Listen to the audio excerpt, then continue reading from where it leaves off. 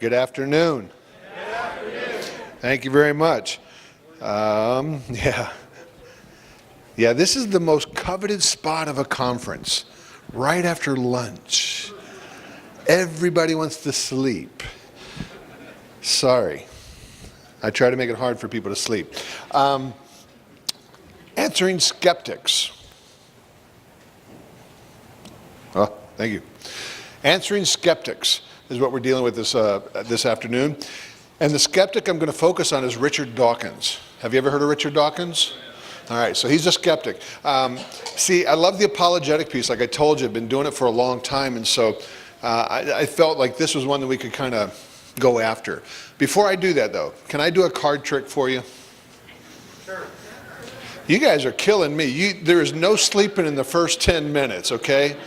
After 10 minutes, you're on your own. But for the first 10 minutes, at least pretend to be awake, all right?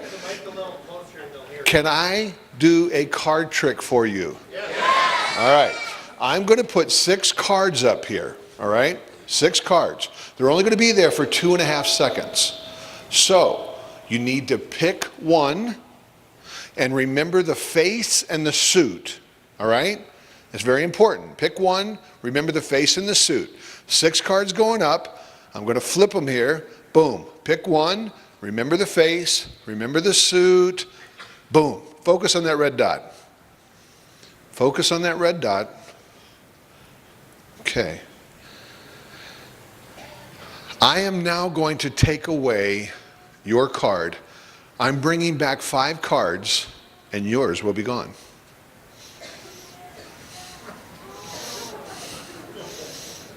Did it work? Did it not work on anybody? It worked. Three hands it didn't work on. Well, I'm sorry to tell you, those 3 hands, it worked on you too. I know that it worked on you. You know why I know it worked on you? Because none of those cards are the same as the first 6 cards.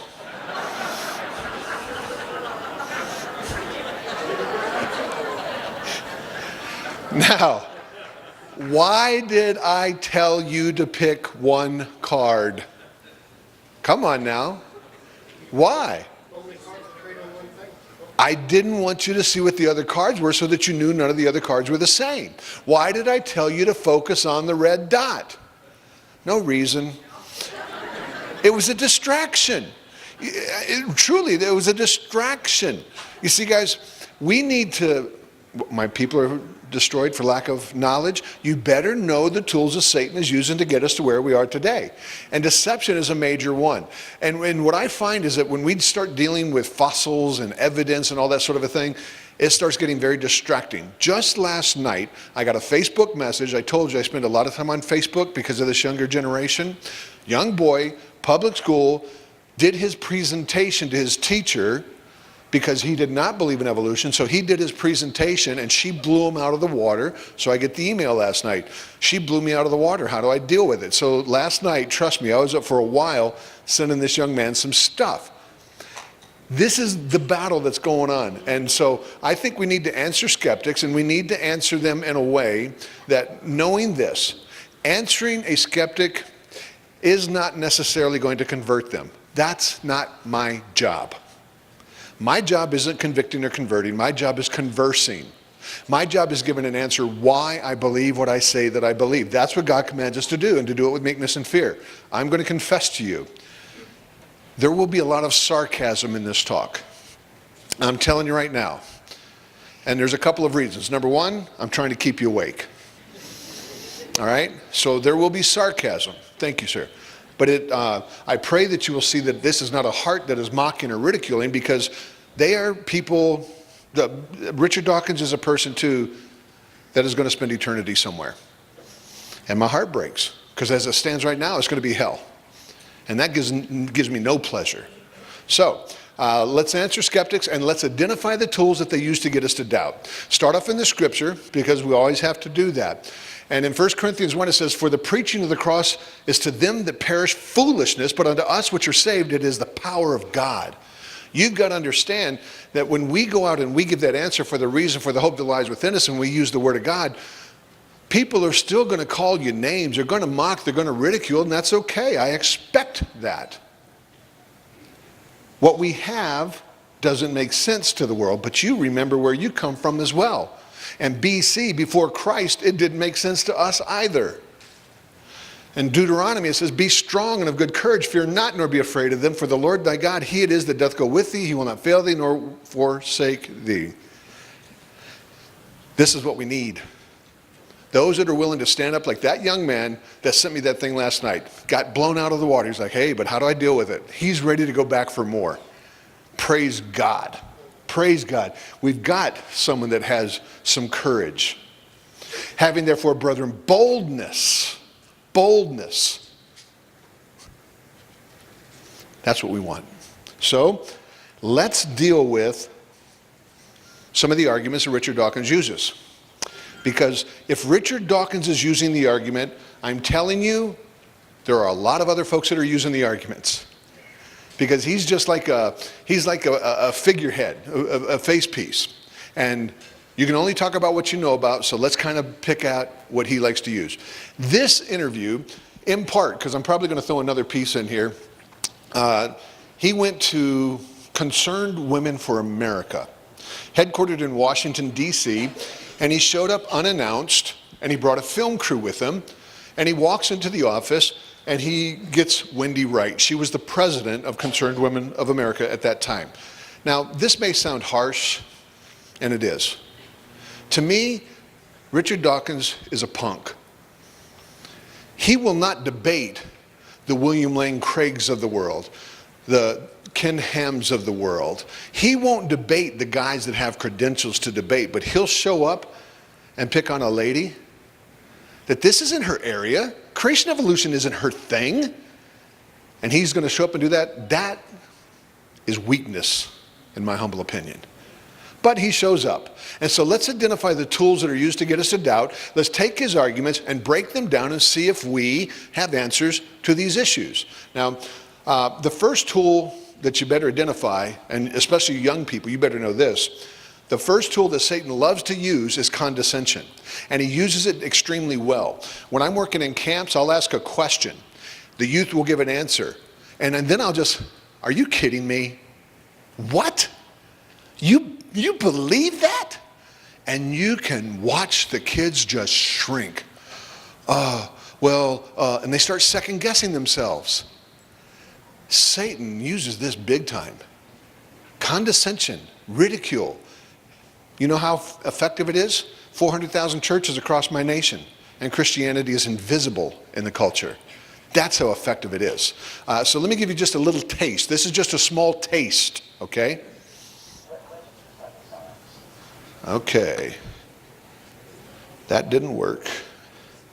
Where did you study science is what he brought up. So let me make sure that I get the sound coming out of the right spot here. Now it's coming out of the right spot. And I'll play it again just so you can hear it.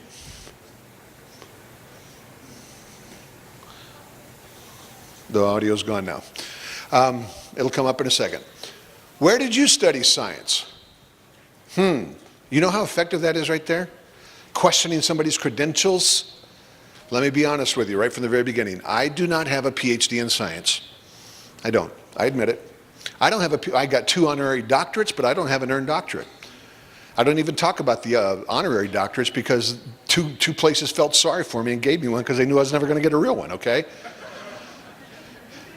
I may not be highly educated, but you know what I do have?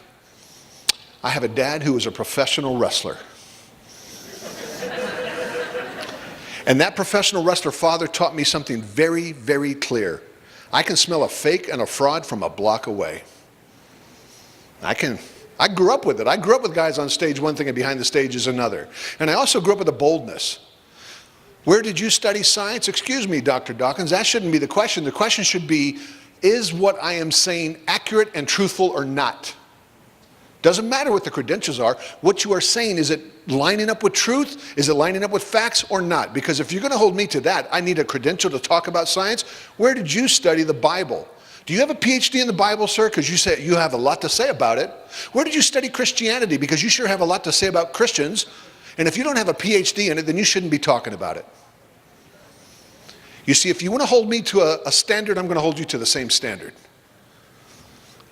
You see, I got to remember this because I can get wound up. I'm supposed to give an answer, but God says to do it in love. But sometimes I think we need to step on toes too. And he's a guy that I think we need to step on some toes. So let's take a listen to the evidence that he uses to justify his position. Because I'm an evidence guy. I love evidence. Let's take a listen to what he has. And audio.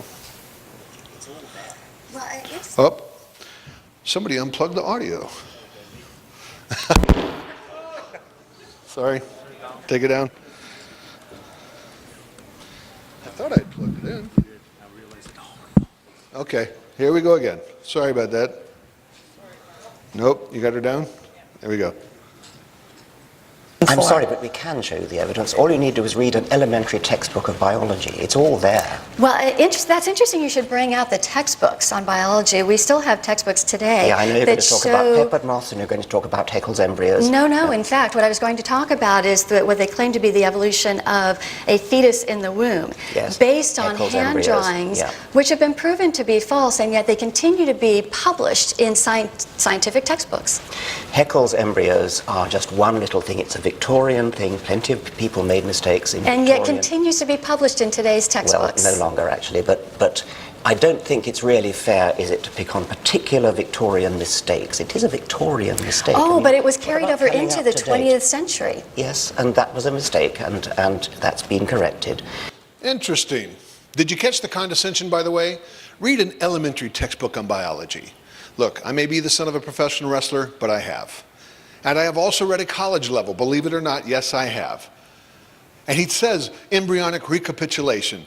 Oh, that's been resolved. That was a mistake, and that's been fixed, that's been corrected. Really? Well, you know what he's talking about. Many of you have been around this subject for a long time. He's talking about the fake pictures that Ernst Haeckel drew in the late 1800s that they knew were fake when they were drawn. They knew they were fake when they were drawn, okay? This wasn't some big surprise. But recently, about 20 years ago recently, they finally started getting the capability to start taking photographs of the actual embryo as they develop. And so now we can take a look at the drawings and just see how far off they were. They knew they weren't accurate. But today you can see the actual embryo. So drawing reality, not very close. And this has been resolved. This is no longer taught. Really? Let me take you to a college level textbook on biology. And this is what he has to say. Oop, gotta look over here. Early developmental stages of animals whose forms appear radically different are often surprisingly similar. Neo-Darwinian mechanisms explain why embryos of different species so often resemble each other in their early stages, and as they develop seem sometimes to replay the steps of evolution. They're still teaching this same mess. You go to a textbook in my country, here's one of the textbooks. And I've got about 8 of them that I can show them to you, but for time I won't do it. And in there they show a human, and it has gill slits and a tail. You never have gill slits. Human beings never have gill slits. Pharyngeal pouches, yes, have nothing to do with respiration. And a tail, oh, you've got a tail. Not true. Look, if you have something that has a beginning, it has to have an end. That's all there is to it. And so now you have a beginning, there's the end. Oh, but it's a tailbone. It's not a tailbone. Children are born with tails. Not true. Yes, there is a genetic defect that some humans will be born with, a fatty cyst. But a tail with vertebra in it and muscles to work? No, never. And by the way, if you have that cyst that grows, it's usually a genetic problem, big time, that the child doesn't even walk. Has nothing to do with being a tail. And by the way, if you don't think that bone is important, have any of you ever fallen on it? And it hurt, did it not? And it hurt for a long time. You know why? Because it's so important. Guys, I want you to think about this. If you didn't have that bone, you and I don't walk upright. That bone is a major connecting point for all the muscles in our stomach to make a cavity so our stomach can be in there and we can walk upright. If you don't have those muscles holding that stomach up, your guts are going to fall out. I'm trying not to be gross. You don't think that's an important bone, and you don't think those pictures are still being used? Dr. Dawkins, you are a liar. I'm sorry, you are. Those exact drawings are still being used in the textbooks. I can show them to you. Exact same drawings. And this guy right here, I can't even say his name, but I tell you this, he knows those drawings aren't accurate, and listen to what he says when he's confronted about it. He says this: as such, if textbooks use the drawings at all, it is a historical example and as a way to illustrate the concept in such a way that students are able to grasp it immediately. Even if the drawings are fraudulent, they can still be used for this purpose because the concept they illustrate is by no means fraudulent. Help me understand this. It is okay for me to use fake pictures to prove a true point? Then why can't I use true pictures to prove a true point? Because if it's true, the facts should back it up. Why are you using fake pictures? This has been resolved. Baloney. I can spend another 15 minutes showing you textbooks if you want to see it. It's there. And you never have gill slits, you never have tail, and you never have a yolk sac. That's the truth. That's a fact. One of the other tools that Satan loves to use to get us to doubt is deception. You got to understand this. He is the father of lies. He's a deceiver. And he doesn't play fair. I'm going to say that over and over again. He doesn't have to play fair. So what is the actual evidence? Give me the solid evidence, Dr. Dawkins, that you are going to use to support your position that we evolved from an ape-like ancestor. Take a listen. Or even beyond that, surely there'd be at least one There's a evidence. massive amount of evidence. I'm sorry, but you people keep repeating that like a kind of mantra because you just listen to each other. I mean, if only you would just open your eyes and look Show at it the to me. Show me the show me the bones. Show me the carcass. Show me the evidence of the in-between stage from one species to another. Every time a fossil is found which is in between one species and another, you guys say, now we've got two gaps where previously there was only one. I mean, almost every fossil you find is intermediate with something and something else. If that were the case, the Smithsonian Natural History Museum would be filled with these examples, but instead they're not. It is. Oh, you're talking my language now. I'm the guy that loves leading tours through zoos and museums and aquariums. Come with me. I love taking our faith out into the real world. You're telling me the Smithsonian is filled with intermediate forms? Let's go. I lead tours through the Smithsonian. Let's go. Oh, did you catch the condescension? You people. And by the way, there's a massive, did he not say this? Massive amount of evidence. Massive. Can somebody give me a definition for massive? At what point does something become massive? Really large. Would 100 be massive? No? 1,000. Would 1,000 be massive? 100,000. Getting close. Okay, so 100,000 of something would be a massive amount. Getting close. I want you to listen for a theme.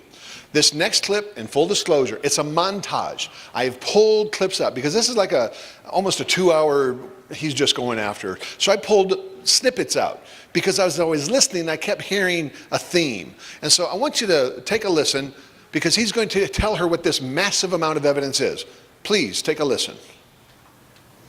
Now, in the case of humans, since Darwin's time, there's now enormous amount of evidence about intermediates in human fossils. And we've got various species of Australopithecus, for example.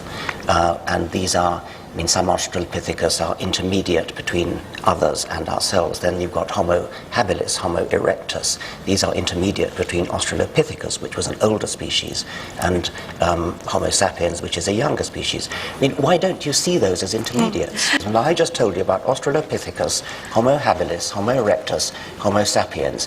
By the way, archaic Homo sapiens and then modern Homo sapiens. That's a beautiful series of intermediates. You're still lacking the material evidence. The material evidence is there. Go to the museum and look at it.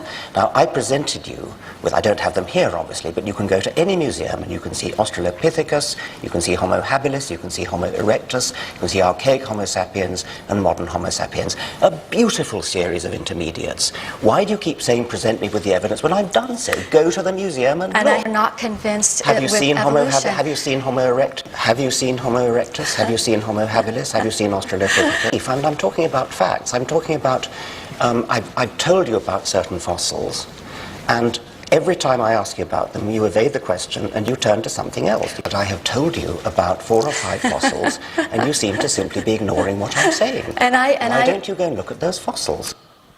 Okay, did you catch a theme? Couple of things going on there. Number one, did you see an escalation in his aggressiveness? When he first started out, he's explaining the evidence, and by the end, man, he's aggressive. Why? Let me put it like this. If you and I are having a conversation and I ask you a point blank question and you don't answer that question and you go off into la la land, what am I going to do to you? I'm going to call you back to the question. No, no, no, no. I don't care about la la land. I'm talking about this. You go la la land again, I'm going to call you back. You know why? I know I got you. When you get in a conversation with somebody and they don't answer, they bait and switch you, you know you own them. She didn't answer the question, and I mean no disrespect to her. Because let me challenge you. How many in here today feel comfortable talking about Australopithecus, Homo erectus, Homo habilis? Anybody? Anybody? One? Guys, this is why. He's throwing direct stuff out at her. She's not answering it because I'm guaranteeing you she didn't know how to answer it. I want you to know how to answer it. So in my short amount of time, I want to give you at least some nuggets to walk away from. I don't want you to be the guy that bait and switches. I want you to, okay, let's talk about that. Let me give you this piece and this piece, at least as a minimum. That's what I'm giving to this young man. Let's just take one piece. Don't get buckshot. Get very focused on one piece right here. Let's deal with this. And we're not moving off this until you can show me why I'm wrong. So, listen to what he says. You said there are no fossil intermediates, and when I told you about fossil intermediates, you changed the subject. Well, we're not changing the subject. We're dealing with them, okay? Here's two quotes that I could sign my name to that Richard Dawkins made, but I could put my name on these. I want you to look at the facts. Don't believe what you've been told that there's no evidence. Just look at the evidence. Amen. Amen. I agree. He goes on, I want you to go to the museum and look at the facts. And don't believe what you've been told that there's no evidence. Just look at the evidence. Let's do it. By the way, one of the tools that Satan uses is intimidation. And he tries to intimidate. You can see him when he's going after her. He is just trying to intimidate her. That's why I say he's a punk. If you want to intimidate somebody, go after the big dogs. Go after the William Lane Craigs. Go after the guys that have some clout behind them. He won't do it. Now, this is a direct quote. There's an enormous amount of evidence about intermediates in human fossils. Various species of Australopithecus, Homo habilis, Homo erectus, Homo sapien, and modern Homo sapien. Let's start with Australopithecus. Very simple. I did this talk the last time I was here, so I won't do it in its entirety again. You can get it from the guys. You guys have that talk from 2 years ago. I have a copy of it over there called What About Human Evolution, where I deal with Australopithecus a whole lot more in depth than what I'm going to do now. But let's take one of their charts. And I did this talk the last time I was here. That's the talk called What About Fossils? But you need to have this core information if you're going to deal with this guy. This is the chart that Don Johanson, the guy who discovered Lucy, Australopithecus, made, showing how you start here and over time you get humans. Now, from this, I'm going to fill this chart in as we go. But from this right here, let me make two very important points. And I made this the last time, but those of you that weren't here don't remember. You see two types of lines up there, right? You see a bold line, you see a skinny line. Do you know what the skinny line means? Skinny line is the story. It's what you think happened. It's the fairy tale. It's the fable. The actual evidence is the bold line. So notice that as we fill this in. Because you think the evidence supports slow gradual processes? Well, let's take a look. Various species of Australopithecus. Okay, let's go up here, up here. There's Lucy, common ancestor between humans and apes. But he said various species of Australopithecus. Yes, he did. Right here, right here, right here. And guess what? Would any one of those ever lead to the human lineage? Not a one of them. So Dr. Dawkins, why are you saying various species of Australopithecus? Because when I go to the chart that Don Johanson made, there's not a single Australopithecus that would ever lead to our lineage other than Lucy. So you mean you have Lucy, right? Is that what you're really trying to say? You've got one species of Australopithecus. Let's deal with her. And don't use Christian stuff, use the secular stuff. Let me take you to their material and you see what they teach on it. This is the Houston Museum of Natural Science. This is not a Christian place. They made a study guide for the teachers that were taking all the students through to go see the bones, the actual bones of Lucy when they got them out of Africa and put them on display in America. They made a study guide. I got a copy of it and I'm telling you the teachers didn't use it. I do. Take a look at what it says on page 20. For many years, Lucy was thought to be a direct human ancestor, but we now see her as belonging to a separate group of hominids from those which became our species Homo sapien. What does that mean? Lucy is not in the human lineage according to the people who made the study guide for Lucy to be put on display in America. She's not in the human lineage. So Dr. Dawkins, why are you using Australopithecus at all? It's not in our lineage. And that's not Christian, that's not creationist, that's secular, don't trust me. Jerusalem Post. Lucy is not direct ancestor of humans. Let me take you to somebody else. Let me take you to Richard Leakey. Have you ever heard the name Leakey before? If you've ever studied anything about evolution, you've heard the name Leakey. Leakey, evolution, it's almost synonymous, okay? So we must show respect. Let me hear you hum. Hum. Very good. So when I say the name Leakey, out of respect, you must hum, all right? This is a test. Don't fail. So what did he have to say? If pressed about man's ancestry, I would have to unequivocally say that all we have is a huge question mark. To date, there has been nothing found to truthfully report as a transitional species to man, including Lucy. So Lucy, according to one of the premier names in evolution, she's not in the human lineage. He continues on. I would have to state there's more evidence to suggest an abrupt arrival of man rather than a gradual process of evolving. May I? May I? Attempt to explain an abrupt arrival of man. God took dust, he formed it, he breathed into it, and man became a living being. That's about as abrupt as it's going to get. And that's exactly what the fossil record shows. It supports creation. It does not support slow gradual processes over millions of years. So Dr. Dawkins, why are you talking about Australopithecus? It's not in our lineage, and I can show you the latest phylogenetic chart where it shows Lucy very clearly no longer here in between humans and apes. This is an old chart. The brand new latest one that I found actually shows Lucy pushed all the way over here, and you know what replaces her as a missing link? 2 question marks. No evidence at all. 2 question marks. Why are you using Lucy? It's not in our lineage. So much for Australopithecus. Oh, but Carl, now we got you. Homo habilis. What you going to do? What you going to do? We're going to go look at the evidence. And here we go. Here's Homo habilis. And by the way, I'm not using Christian material here. This is all secular. And it was discovered by Louis Leakey in Olduvai Gorge. And you failed. That was late. You got to hum when I say the name. This is the father of the son. And what did he discover? Well, hold up. What did the son say? To date, there's been nothing found to truthfully purport as a transitional species to man since 1470. When they find bones, they not only give them names, they give them numbers. Do you know who 1470 was? 1470, when it was originally discovered, was Homo habilis. He's telling you that Homo habilis is not in the human lineage. Oh, but Carl, they changed the assignment. 1470 has been reassigned to Homo rudolfensis. Okay, I get it. But let's keep going with it. Let me take you to the Smithsonian website. Smithsonian is not a Christian place. Take a look. They have all the, this is probably the best website going for human evolution, quote unquote, to support it. So I go through and I look at all the information. Here's one of the questions that they say on their, or one of the statements they make on their website. We don't know everything about our early ancestors, but we keep learning more. So when talking about Homo habilis, what don't they know? These are the questions that they wrote on their website. Below are some of the still unanswered questions about Homo habilis that may be answered with future discoveries. What is it? Was Homo habilis on the evolutionary lineage that evolved into later species of Homo and even perhaps our species Homo sapien? Look, if you got to ask the question, that means you don't know.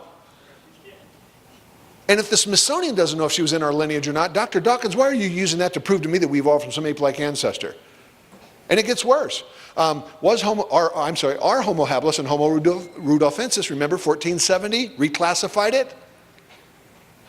Indeed, different species, or are they part of a single variable species, or was one the ancestor of the other? If you don't know that, why are you using that stuff to prove, quote unquote, that we evolved from an ape-like ancestor? Another question, if Homo habilis is not the ancestor of Homo erectus, how does it fit in our evolutionary tree? How about it doesn't fit in the tree because there is no evolution?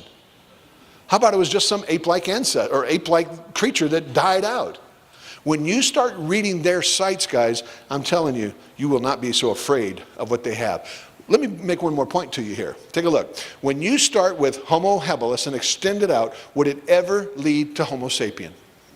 Using their chart, it never gets to us. So why are you using it as evidence that we evolved? Oh, but now we have Homo erectus. Now you're in trouble, Carl. Upright walking man. What are you going to do? I'm just going to go look at the evidence. Thank you very much. Let's go take a look at it. Here it is, Homo erectus, pretty scary looking guy. Here's the chart. Right here's Homo erectus. Let's extend Homo erectus out. Would Homo erectus ever lead to human beings? Nope. Using their chart, it would never lead to us. But, let me throw something in free with the price of admission. Homo ergaster. Somebody used this somewhere because I've got a lot of college kids that are coming up and challenging me on Homo ergaster. Okay, let's deal with it. Non-Christian quote here. May be early form of Homo erectus found only in Africa. Its designation as a separate species is debated. If the best thing you've got is something that's being debated, I'm not so worried about my position. But I'm going to go one step further. I wanted to go find out more about Homo ergaster. Homo ergaster was discovered by Richard Leakey in Thank you very much. That's a mechanism to keep you awake. In 1984. Remember the quote that we've been reading from this gentleman? Anybody remember the quote? To date, there's been nothing found to truthfully purport as a transitional species to man. Remember that? When was that quote made? 1990. So 6 years after discovering Homo ergaster, the guy who discovered it said it's not in our lineage. Why are you using that, sir? It's not in our lineage according to the guy that discovered it. It's not an ancestor. Let me show you one of the charts. This isn't the latest, but this is one of them. Homo ergaster leads to nowhere. Homo erectus leads to nowhere. Homo habilis leads to nowhere. Homo rudolfensis leads to nowhere. Oh, but Lucy was still the common ancestor between all the Australopithecus, which are not human. This one was not the latest. I'll show you the other one. So guess what? Homo ergaster, Homo erectus, done. Dr. Dawkins, this massive amount, this enormous amount of evidence that you're throwing at me, it's not panning out, brother. It's not looking good. Oh, but Carl, we have archaic Homo sapien. What are you going to do with archaic Homo sapien? Well, what do you mean by archaic Homo sapien? Neanderthal man. Yes, Neanderthal man. Here's Neanderthal man. You know, one point is this. You know you can now take a DNA test and you can find out if you have DNA from the Neanderthal in you. They're finding that in human beings. Well, if we interbred, then it's not a separate species.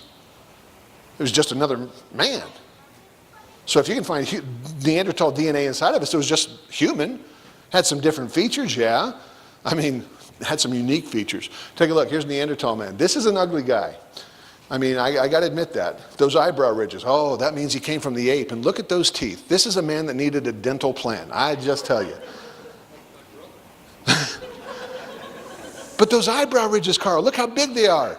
That means he came from the ape. I'll tell you what, if you think having big eyebrow ridges means you came from apes, you tell this guy that. He's a 7-foot-tall professional boxer, okay? And if you want to tell him he came from the apes, you feel froggy, you jump. I'm not messing with him, okay? He's a big boy, all right? You see, that whole feature, you've got human beings living today that have big eyebrow ridges. That's reality. And by the way, gentlemen, the longer we live, the bigger our eyebrow ridges get. That's one of the downers to being a guy.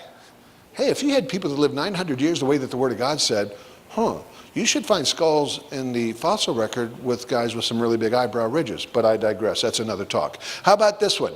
Let me take you to ape to man, all right? This is not a Christian publication, Christian TV show. Listen to what they said about Neanderthal man. Neanderthal seems so promising when it's first presented. It seems like it's going to be the answer. But on closer inspection, it starts to fall apart. Most importantly, the key fossils just seem to be too much like humans. Neanderthal at best is a man with some ape qualities. Okay. I see plenty of guys walking around that have some features that are like pretty shady looking, okay? Doesn't mean he's in our ancestry. Go to Germany. Go to Neander Valley where they found the bones. This is how they first depicted Neanderthal man. That's a scary guy right there. I mean, he's all hunched over and got long hair and got some serious teeth and the toenails. I mean, how do you know how long something's toenails are from bones? You got the bone. Look at the toenails. That man needed a pedicure as well as a dental program. And you know how much hair he had on his body from bone? Oh, that boy, he had hair down to his knees and he was balder than a cue ball. It's bones. Well, they found more bones later on, and take a look, there's Neanderthal man. He's walking upright. He's not all hunched over anymore, but he lost the hair off of his body, and he's having to wear skins to keep himself warm now. Well, they found more bones. Today, this is Neanderthal man. They put him in a business suit. Dude, walk him down the street, he just looks like a Baptist pastor somewhere.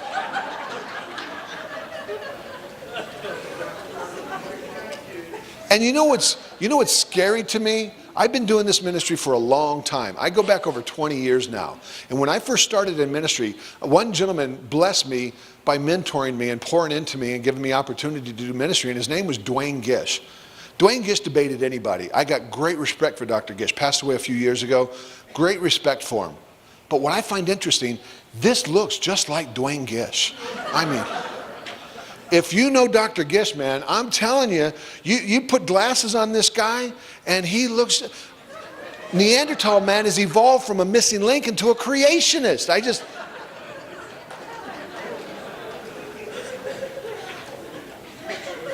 That's the best you got? You got a creationist walking down the street in a business suit, and you're telling me that I should be concerned? I don't think so, guys. Anybody in here feel a little bit more comfortable with Australopithecus, Homo erectus, Homo habilis, archaic Homo sapien? Guys, I can't give you all the information, but every bit of that is verifiable, and you can go do the digging for yourself, and you should. Because the day that you get one of the minions coming along, I don't want you baiting and switching. I don't want you running and hiding. I want you to deal with it straightforward. That's what we need to do. That's what that young man in the school, that's what I'm giving him, are these charts. Take the chart, point this out, and then hold her feet to the fire. How am I incorrect on this? Here's what I'm giving him. These charts right here. Cambridge Encyclopedia of Human Evolution. Hey, that's not a secular source. You think ape-like ancestry evolved into human being is proven by the fossil record? Then let me show you their picture. You start down here with a rat, given enough time you get all the different people. Anything look interesting to you? Yeah, you see the question marks? There's 11 of them. Guess where they take place? Where evolution is supposed to have taken place. What the actual evidence shows is that people have always been people, and rats have always been rats. And here's the latest. I told you I was going to show you this. This is the latest chart depicting, there's Lucy, no longer halfway in between apes and humans. She's pushed off to the right, and there's the two question marks for the new missing link. This is their chart. Show that to her. Explain this, please. You see, what you're being told isn't backed up by the facts. And I think we need to challenge them. Remember this cartoon? They love to use this cartoon to make fun of Christians. Big mathematic formula, then a miracle occurs tying it all together, right? I mean, the professor comes along and says, I think you should be more explicit here in step 2. Well, guess what? When I look at their charts, let me get rid of their story, the skinny line. Because that's story, that's not evidence. So if I get rid of the evidence, and all I have is the evidence, I think you need to get a little bit more explicit here, a little bit more explicit here, a little bit more explicit here, a little bit more explicit. Are you catching my drift? If you want me to sell out for your worldview, you better get a whole lot more explicit all along that line instead of just giving me some things that you've strung together. Oh, but Carl, there's got to be more evidence than that. I mean, there's got to be more evidence. Look at the evolution of the horse, look at the evolution of the elephant. There are evolution of the whale. There are so many beautiful stories. I mean, you'd be fascinated. You would think that these fossil histories are to the greater glory of God if only you go and look at them. The evolution of the horse. Let's take a look at it. Here's one of the most famous pictures showing horse evolution. You start down here with 4 toes. It evolves to 3 toes. It evolves to 1 toe. There's only one problem with that picture that almost everyone in this room has grown up with. Secular quote, the most famous of all horse trends, gradual reduction of the side toes, is flatly fictitious. It's not real. It's not based in reality. I got a $65 book on horse evolution that I'll sell to you cheap. This is their chart depicting how the hyrax, a rock badger, given enough time, evolved into the horse. Do you see all the dashed lines? Do you know what all those dashed lines mean? No evidence. The reason you don't have evidence is because it's not going to happen. You're not going to get a rock badger evolving into a horse. Listen, don't trust me. Let me let a non-Christian talk to you. This is their quote. The record of evolution is still surprisingly jerky, and ironically, we have even fewer examples of evolutionary transition than we had in Darwin's time. Forgive me. How many examples of evolutionary transition did we have in Darwin's time? Goose eggs, baby. You've got fewer today than Darwin's time? I'm not a mathematician, but is that like negative numbers? So I'm going to win the debate because I have -1 and you have -3. Is that how it works? You got fewer today? And by the way, go read Origin of Species. If you're having trouble sleeping, I highly suggest it. Go read it. And do you understand that 90% of the evidence that he used to justify his position is no longer accepted even in mainstream science? He continues on. By this I mean that some of the classic cases of Darwinian change in that fossil record, such as the evolution of the horse in North America, have had to be discarded or modified as a result of more detailed information. And that's the best you got? I got something even better. I have been studying this for over 20 years. And I now know beyond a shadow of a doubt, I'm sorry, but I have to share this with you. I now know beyond a shadow of a doubt that donuts have evolved. I've researched it for 20 years, as if you couldn't tell. I am a donut expert. You see, there's only 2 ways that we got a donut. Number 1, in the beginning man made it. My research shows that did not happen. My research shows very clearly, approximately 65 million years ago, we got a lump of dough. Now, where did that lump of dough come from? I don't have a clue. And some of those lumps of dough had a mutation, and they got flat and hard and turned into cookies, and some of them got puffy and turned into bread. I'm not a cookie and a bread guy, I'm a donut guy. So some of those plain, those little puffs right there, they turned into the plain donut. Now, I started my study in the plain donut field, but that's boring. I moved on very quickly into a very specific field of study. And some of those plain donuts had mutations and got lumpy and bumpy and sprinkles, but those are girly donuts. Those are foo-foo donuts. Guys don't do those donuts, okay? And some of those plain donuts evolved into the bagel, the bear claw, and the Cheerio. Yes. Bear claws, I have a minor in bear clawology. I know some bear claws, I'm going to tell you what. And by the way, I can prove this to you scientifically. I can prove to you that the bagel, the bear claw, the Cheerio, the donut, all evolved from the lump of dough because they are all 98% similar. Don't you get it? Haven't you ever heard that? Humans and apes were 98% similar, so we evolved from the same place. Really? Now, first of all, we are not 98% similar with a chimp. That's not true. That's only true if you remove 20% of the human DNA and 14% of the chimp DNA, then what's left over, you put spaces in to make them line up. Then we become 98% similar. But for the sake of argument, let's say we're 98% similar with a chimp. Have any of you ever been driving and it started to rain? Anybody? Anybody? Very few of you. Yeah, okay. You must live in a desert. When you start driving next time and it starts to rain, you should think of this. You should be afraid. You should be very afraid. You had better pull under an underpass because your window might get busted out by a watermelon. You've thought of that, haven't you? It's a scary thought. Because a raindrop and a watermelon are 98% similar. So one of these days, guys, even if we were 98% similar, the 2% is dissimilar, so dissimilar, there's no way they came from the same source. But anyway, I digress.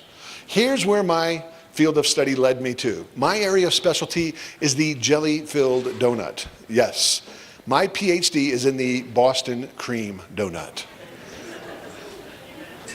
Thank you, I got my first amen. It took donut evolution to get an amen. This is a tough crowd. Does anybody accept my explanation of donut evolution? Anybody? Anybody? Yes, 1 convert. 2, 3, yes. Hey, the dues are $50 a month. Just send it in. I'll give you a free t-shirt after the first check clears, okay? You got to buy your own donuts, though. You got to buy your own donuts. Most of you are looking at me like I'm a fool. What are you talking about, Carl? That's stupid. Oh, really?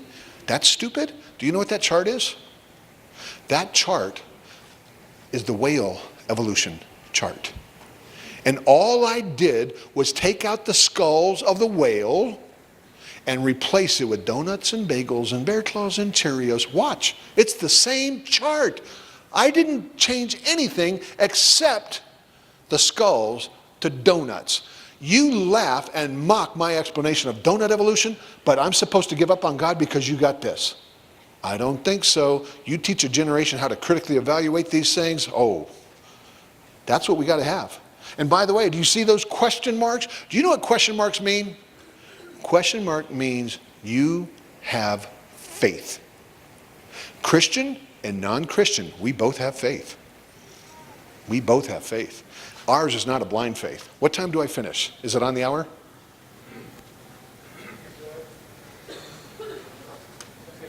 15 minutes. I want to go in a new direction with you guys, okay? I've not used this before. I've been preparing this talk for a while. It's another Richard Dawkins piece, but I got to show this to you because I've been working on this, and so I get to practice a little bit. So if it's not bad or if it's not good, you guys won't tell anybody. So I call this something from nothing. Well, in fact, actually, that's kind of interesting because it's true that many people think. Hold up. I hit the wrong button. I need to start here. Come up here. That's where I wanted to start. All right, something from nothing, all right? And you think I got the problem. So what do I mean by that? Richard Dawkins and Lawrence Krauss, I told you about this yesterday, they went on this tour across the globe. And so Richard Dawkins, who's the guy that we've just been listening to, Lawrence Krauss is another guy. Richard Dawkins, his fame is, one of the books is The God Delusion, just attacking Christianity in the Bible. Well, Lawrence Krauss wrote a book called A Universe from Nothing.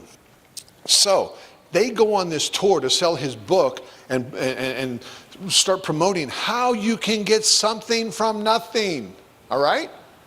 Because that's one of our big questions as a Christian, right? How do you get something from nothing?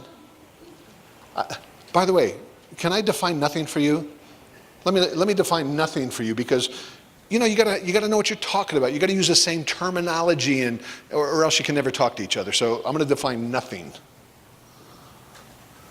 Floyd doesn't believe he can get his taxes done for nothing. So we brought in Dr. Michio Kaku to explain exactly what we mean by nothing. Nothing is the absence of something. Zero is absolutely nothing. So it costs nothing? Well, it costs you zero, which is nothing. Nothing. All right.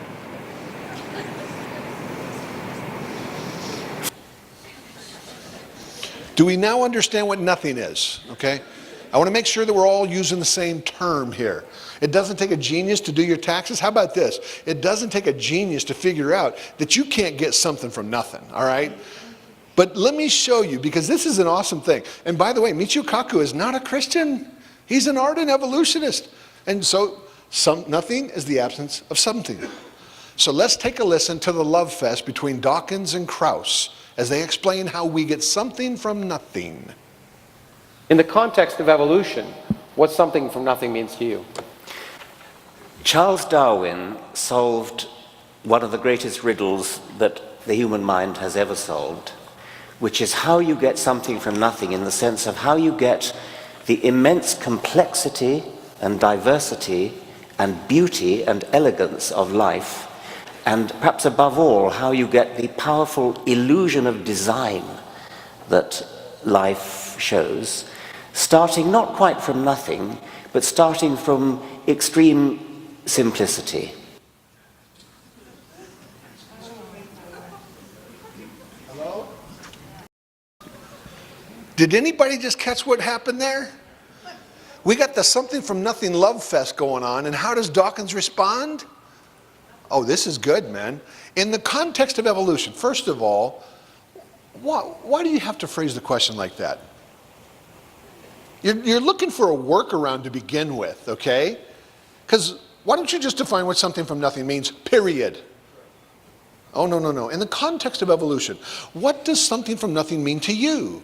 This reminds me of Bible studies that I've been in. Well, what does it mean to you? What does it mean to you? What does it mean? It doesn't matter what it means to me. It matters what the author intended for it to say.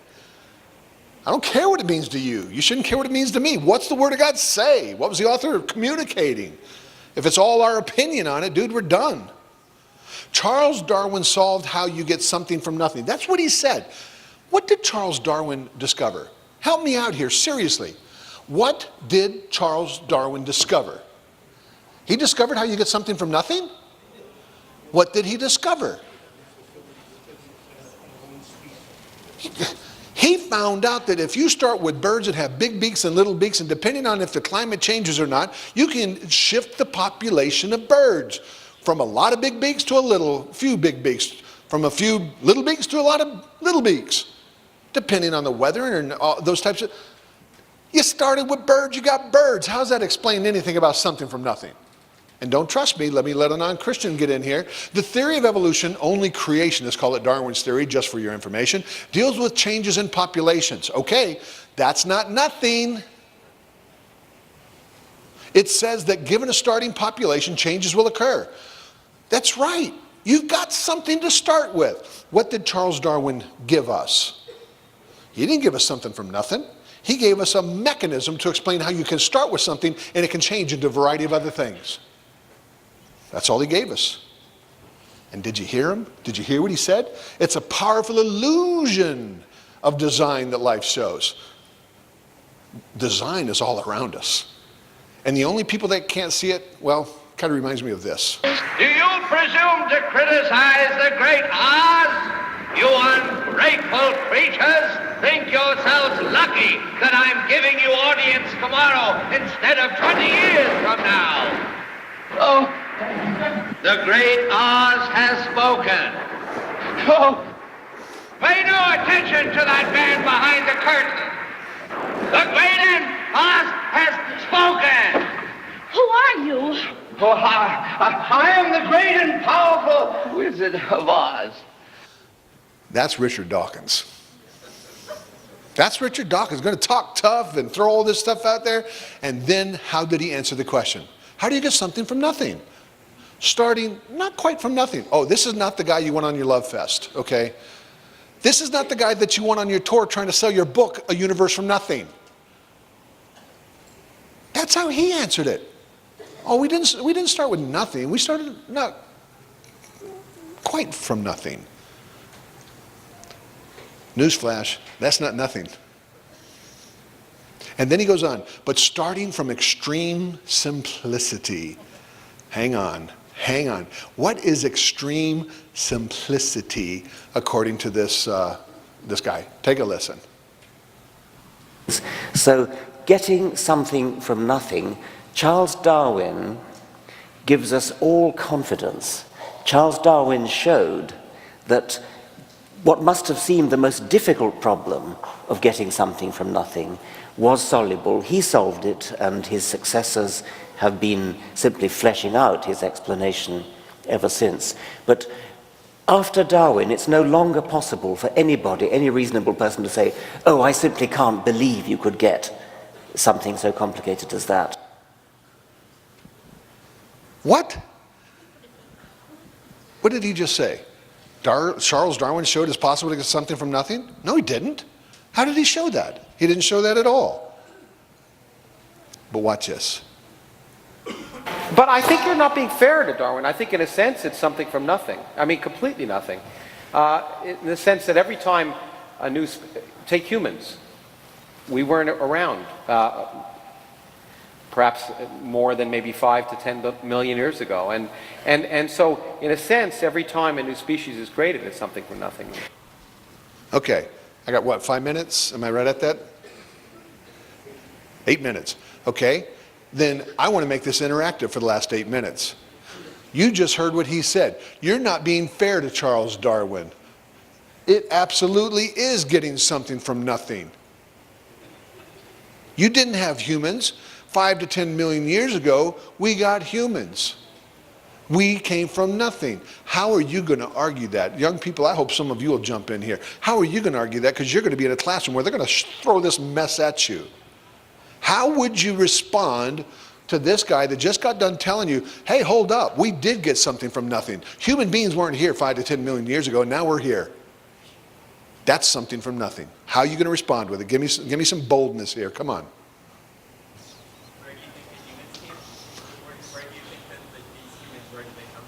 Where did the humans come from? Did you notice what he said there? That's what he said. He said, well, you know, they weren't here. Watch how Richard Dawkins responds, okay? Completely nothing. This is what he said, came from complete from nothing. Every time a new species is creating this something from nothing. That's what he said. Okay, how do you answer that question? I'm going to tell you my answer, because I was sitting there writing it out before I watched it. My answer was the exact same way that Dawkins did. I'm a lot like him, I guess. Well, it's not from nothing because it's from an antecedent species, and even the evolutionary process, the process that Darwin discovered, didn't start from nothing. It had to start from, well, a reasonably complicated chemical beginning, which was the first self-replicating molecule. You can't, I mean, natural selection can't get going until you have genetics, and so you've got to have genetics. And that's not a trivial problem, and it's a problem that actually hasn't yet been solved.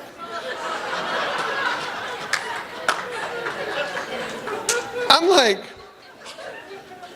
and you think we got the problem?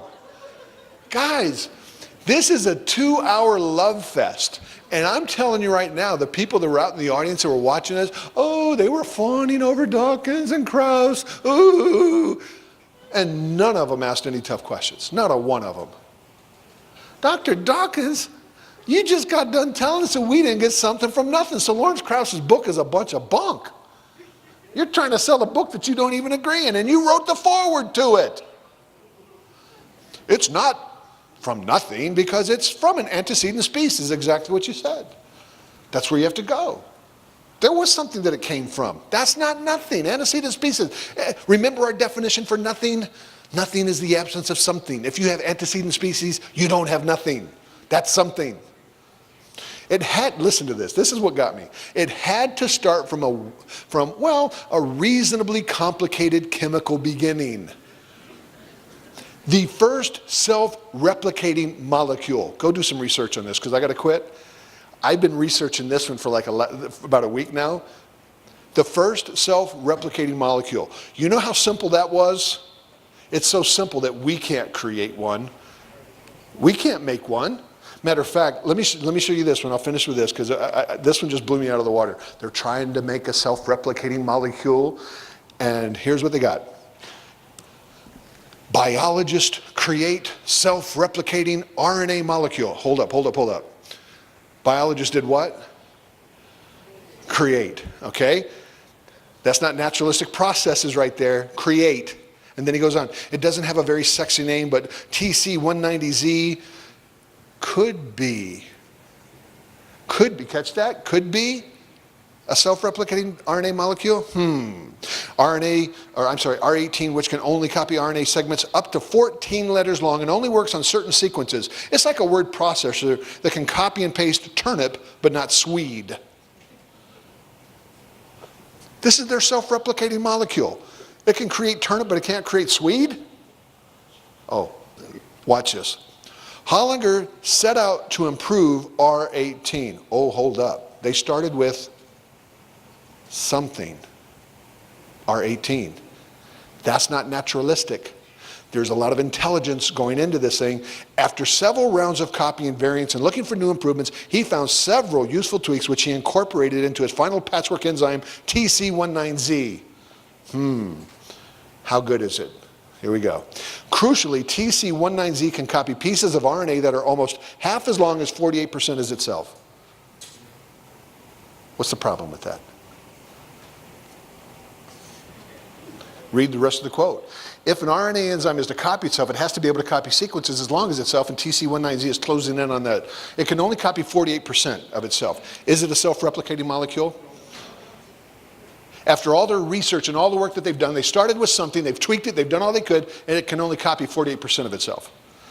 I read a secular guy that responded to this. This guy wasn't happy. It's a secular guy, and he wrote this. He said, is this article accurately titled Biologists Create Self-Replicating RNA Molecule, when in the penultimate, I had to look that word up, second to last. I told you I'm not a PhD. Penultimate? That's a big word. Paragraph. I'm told it can only replicate half its length. Isn't that a bit like saying mechanics build self-assembling car in Australia and then finding only half of it being built when I get there? I could have saved my ticket money for when it could fully build. I was really annoyed. Why did I have to almost finish the article before I knew the title was wrong? How can I trust your titles ever again, New Scientist? You can't. Because what you're going to find when you read the headlines very seldom are borne out by the actual article. This is why I tell you, don't just read headlines, read articles, and then read the sources that they cite in the article to see what the truth is. You and I need to become critical thinkers. When you do, you can sit and watch this and say, are you serious? Are you serious, Dr. Dawkins? That's the best you got? Teach a generation how to think. I'm done. Thank you.